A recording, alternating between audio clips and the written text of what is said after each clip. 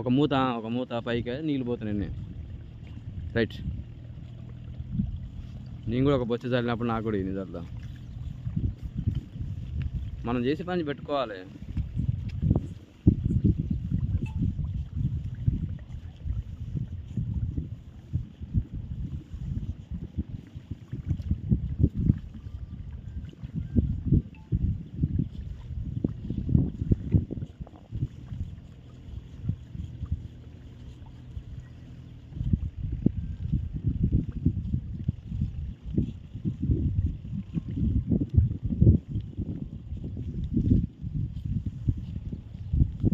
సరిపోతాయి 2 బస్తాలు 120 కిలో వరకు ఉండదు. ఆ రోజు లెక్క పెట్టలేము మనం, జోకినాంగా.